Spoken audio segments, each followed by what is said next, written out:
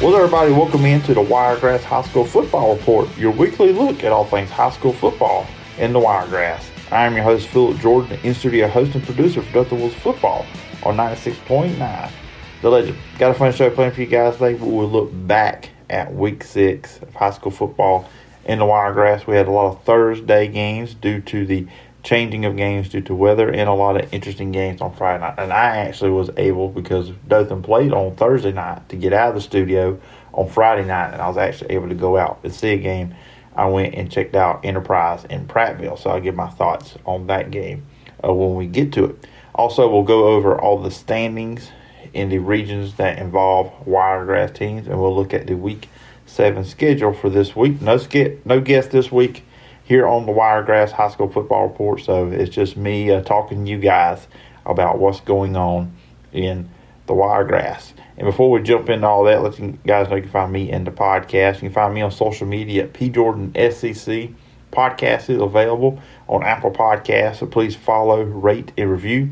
Leave a review. I will read it on a future edition of the show. You can also listen to the show over on 969thelegend.com. Just go to the podcast section and you can find it there. You can also find the Jed Kennedy Coaches Show over there as well on the Dothan Wolves tab. And you can also check out the show over on my YouTube channel, the Phillip Jordan Sports YouTube. Just hit the subscribe button, hit the bell for all the notifications. And if you leave a comment on a Wiregrass High School Football Report episode, I will read that on a future edition of the show as well. Now, let's go around the Wiregrass. All right, let's kick things off on Thursday night. Providence Christian defeated Northside Methodist 17-14 in a 3A Region 2 matchup. Providence goes to 3-3 on the season, and Northside drops to 2-4 on the season. Quarterback Craig Pittman for Providence hit Chapel Strickler for a 24-yard touchdown with 1:21 left in the game to get the win. Northside had went up 14-10 when a 27-yard touchdown run by Braylon Clements. That put them up 14-10 with 1:55 remaining. This was a fun game. I was watching this game in the studio as Dothan was playing, keeping up on this. It was a really fun game. Just one little thing, maybe if the person running the NFHS thing for this stream had the scores backwards the whole time. So I got thrown off at the beginning because it was 10-0. Providence actually jumped up 10-0, but I thought Northside was up 10-0. But I got to figure it out as we went on with the game. In 2A Region 2, number 10 GW Long defeated Zion Chapel 42-7 to go to 4-2 on the year. Zion Chapel drops to 2-4. Bryson Hughes for GW Long was 12-18, 312 yards and 4 touchdowns. His main target on this evening was Haynes Horn, who had 5 receptions for 198 yards and 2 touchdowns. In 3A Region 2, jumping back into that region, Ashford got their first win of the season, defeating Daleville 38-24. They're now 1-5. Daleville had won 3 straight games. They dropped to 3-4, but they're in the thick of the playoff race. They're in 3A Region 2. In 5A Region 2, Charles Henderson continued their winning ways against Rehoboth, winning 27-15 to go to 5-1. Rehoboth drops to 1-5 on the year. Charles Henderson scored twice late in the game to pull away. Rehoboth held a 15-14 lead late in the third. For Charles Henderson, Parker Adams was 16-26 for 188 yards and 2 touchdowns. For Rehoboth, they were led by running back Braylon Hardy, who had 121 yards and 1 touchdown in the game. Back in 3A Region 2, a lot of 3A Region 2 games on Thursday night. Pike County defeated New Brockton 38-0. Amari Burrow had 5 touchdowns, and the defense forced 6 turnovers against New Brockton. 1A Region 2, number 1 Elba defeated Red Level 42-6 to continue their winning ways and get to 6-0 on the season. Elba's Alvin Henderson had 178 yards and 2 touchdowns in the game. Back into 5A Region 2, number 10 Eufaula defeated Carroll 43-19. Carroll had a 13-10 lead early in this one, but then Eufaula went on to score 27 unanswered points in the game. 1A Region 2, Florala defeated Houston County 27-0 to go to 5-1. Houston County drops to 0-7. And now also on Thursday, 7A Region 2, a game you would have heard on 96.9 The Legend, Central Phoenix City defeated Dothan in a close contest, 35-28. Central goes to 5-2 on the year, and Dothan drops to 5-2, 3-2 in region play. And just going over the scoring summary and some notes on this game, Central Phoenix City got the scoring going early with a 1-yard touchdown run by wide receiver Carmelo English. We highlighted him in the keys of the game, and Central went up 7-0. Then Dothan was able to answer back with a touchdown of their own, with Raymond Blackman scoring a 7-yard touchdown with 11:26 left in the second quarter to tie the game. Central Phoenix City would then grab the lead back when Jalen Epps connected with Carmelo English to put them up 14-7. Central then went up by 14 points, and this really felt like a big difference in the game.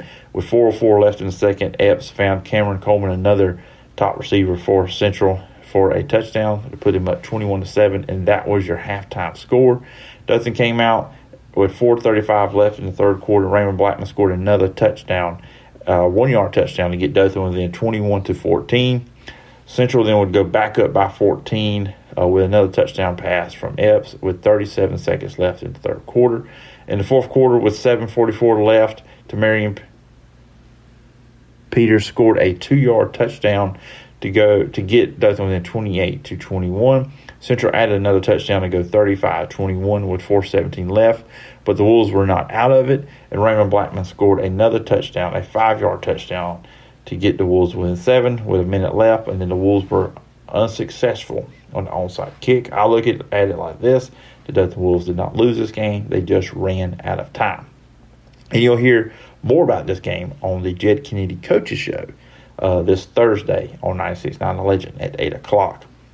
Just looking at the stats, quarterback for Central, Jalen Epps, was 16 of 20 in the game for 254 yards and 4 touchdowns there. And Dothan had 298 yards rushing behind Raymond Blackman, Octavius Thomas, and Tamarian Peterson in the game.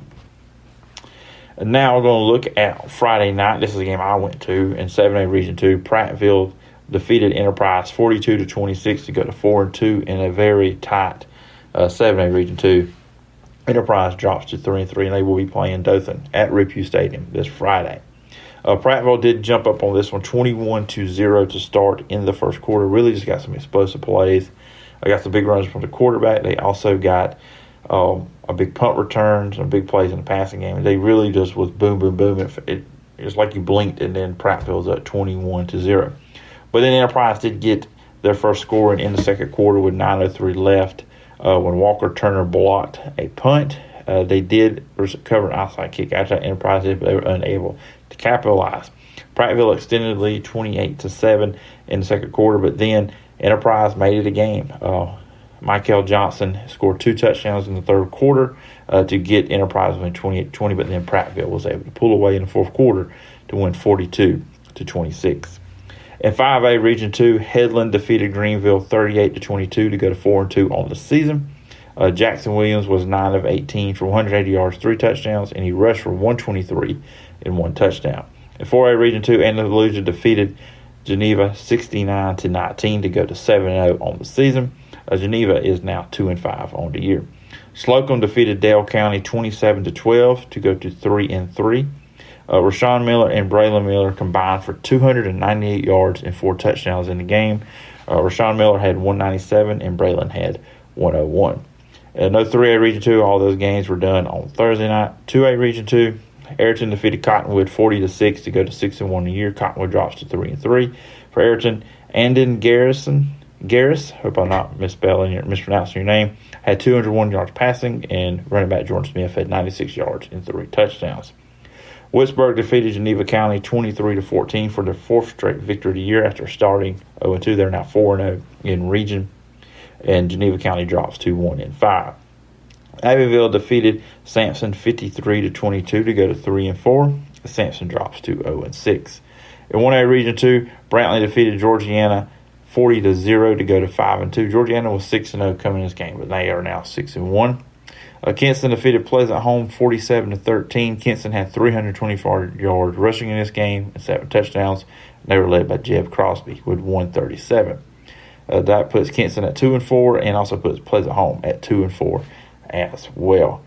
Then in the independent ranks, Pike Liberal Arts gets their first on-the-field win in AASAA, Alabama High School Athletic Association, with a 32-0 win over Danville. Now, this is their second win on the books, though, due to Mobile Christian having to forfeit for using an ineligible player this season. They did have 2 touchdown passes, Pike Liberal Arts did, from Dawson Bradford in the game. And then in AISA, Abbeville Christian was victorious over Sparta Academy 40-20 to go to 3-3 on the season. Make sure to tune in every Friday night as your Dothan Wolves are on 96.9 The Legend. Jerry Coleman and Ken Lambert on the call each and every week, and myself, Phillip Jordan, back at Studio Control, keeping you up to date on all the scores in the Wiregrass and the Panhandle of Florida. This week, the Dothan Wolves will be hosting the Enterprise Wildcats in a 7A Region 2 rivalry matchup. You can listen to all the action on 96.9 The Legend, with pregame starting at 6:45 and kickoff is at 7. Now back to the Wiregrass High School football report. All right, since we do not have a guest this week, I'm going to go more around the Wiregrass and look at the standings involving teams in the Wiregrass with region play really ramping up in these next few weeks. I mean, playoff race is really big. I mean, I really feel like these regions, every week, every game is a big game when it comes to playoff seeding. 7A Region 2, Auburn got a win over Opelika this past Friday. Auburn is 7-0. They're 5-0 region play at number 1. Central sits now at number 2 at 4-1, 5-2 in region play. Overall, 5-2, 4-1 in region play. Dothan sits in the 3rd spot at 3-2, 5-2 overall. And Opelika is also 3-2, 4-3 overall. So basically, Dothan and Opelika are tied for the 3rd spot right now. And as we'll talk about when we get in the schedule, Dothan does play Enterprise, who's 1-3. But they did play Auburn and Central very early this season, so Enterprise is still in the thick of things. But really big game between them and Dothan this Friday. Prattville sits at 2-2. They are actually in the 5th spot right now. And then Dothan and Opelika do play in a few weeks as well. In 5A Region 2, Charles Henderson sits at top, and Eufaula both are 5-1 and 3-0 in region play. Headland sits at number 3 at 2-1 in region, and then Carroll is 1-2 in region. They sit at 4th. With Rehoboth tied with Greenville for 5th or 6th, however you want to look at it, at 0-3 in region play. In 4A Region 2, Andalusia is tied with Catholic Montgomery. Both teams are 7-0 and 4-0 in region play. Slocum sits in at 4th behind Booker T. Washington. They are 3-2 in region. Dale County is in the 6th spot. They are 1-3, 2-5 overall. Geneva's 0-4 and 2-5 overall, and they sit in the 8th spot in 4A Region 2.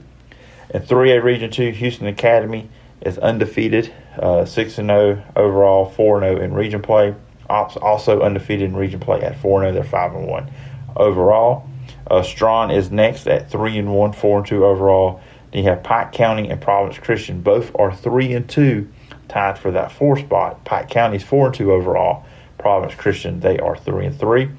And after that, you have Daleville at 2-3 in region play. So they are still in the playoff mix there. Ashford get in the first one. They are 1-4 in region. Northside sits at 0-4 in region play, and behind them is New Brockton, who's 0-5 in region play, 0-6 overall. And then in 2A Region 2, you have Ayrton and Wicksburg, both 4-0 in region play.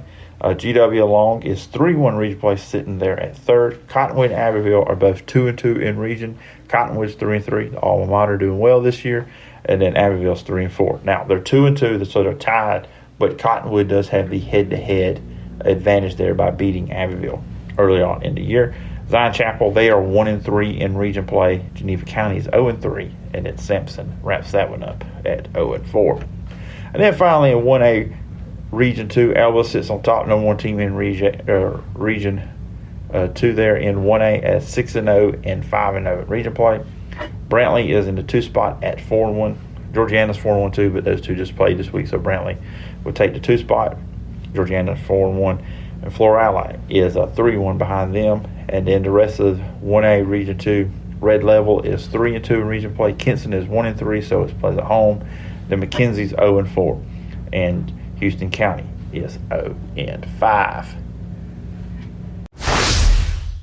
Make sure every Thursday night to check out the Jed Kennedy Coaches Show, brought to you by Property Champions. Each week, Jerry Coleman and Ken Lambert sit down with Coach Kennedy to talk about the Dothan Wolves' previous opponent and preview the upcoming game. This Thursday night, Coach Kennedy will look back at the Dothan Wolves' 28-35 close loss to the Central Phoenix City Red Devils and also preview the big 7A Region 2 rivalry matchup with the Enterprise Wildcats. You can also check out the podcast of the Jed Kennedy Coaches Show, brought to you by Property Champions, over on 969thelegend.com. Just look for the Dothan Wolves tab. And now back to the Wiregrass High School football report. All right, now we're going to jump into the Week 7 schedule. And I keep getting mixed up sometimes these weeks because Dothan's played 7 games, but they played in Week 0. I was thinking, was that Week 7? But it's not. That was Week 6. So now we jump in to Week 7 schedule. And we do have a handful of games on Thursday night. In AISA, Chambers Academy at 4-2 will be at Abbeville Christian, who's 3-3. 3A Region 2, and I actually plan on attending this game at Riphew Stadium on Thursday night. 6-0 Houston Academy will be at 2-4 Northside Methodist. In 1A Region 2, this game got moved due to a shortage of referees. Elba, 6-0, will be at 6-1 Georgiana. So Georgiana's getting Brantley and Elba back-to-back weeks. That's a tough stretch for Georgiana. All right, then the 7A Region 2, this is a game you can listen to on 96.9 The Legend. Enterprise at 3-3 will be at Dothan, who is 5-2 on the season. 5A Region 2, Charles Henderson 5-1 will be at Eufaula 5-1. That's a very big game in 5A Region 2. 1-5 Greenville will be at 1-5 Rehoboth. And 4-2 Headland will be at 3-3 Carroll. That's a big game with some seeding there while you've got the two teams fight for that number 1 spot, and Charles Henderson and Eufaula at the top there. You've got Headland and Carroll kind of trying to decide who's going to be that 3 and 4 spot there coming out of this week. 4A Region 2, Dale County 2-5 will be at 2-5 Geneva, and then Slocum 3-3 will be at 7-0 Andalusia. Then in 3A Region 2, New Brockton, who's 0-6 on the year, they will be at 4-2 Strawn. 5-1 Opp will be at 3-4 Daleville. 3-3 Providence Christian will be at 4-2 Pike County. And 2A Region 2, 3-4 Abbeville will be at 6-1 Ayrton.